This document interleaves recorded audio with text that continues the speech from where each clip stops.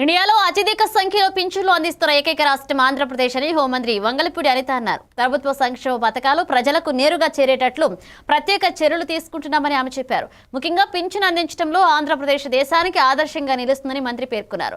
ఉదయాన్నే ఇంటింటికి వెళ్లి పింఛన్లు పంపిణీ చేయడం ఈ ప్రభుత్వ ప్రత్యేకత అని అనిత అన్నారు.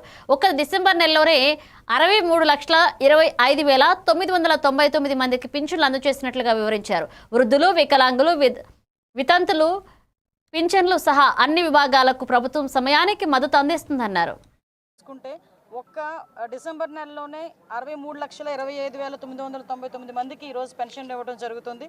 దాని పెన్షన్ రూపంలో సుమారు ఈ ఒక్కరోజు 2,739 కోట్ల రూపాయలు పెన్షన్ రూపంలో ఈరోజు పేదవాళ్ళకి ఇవ్వడం జరుగుతుంది.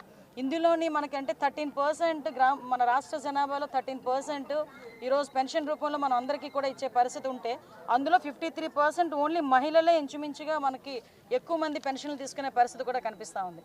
ఇవే కాకుండా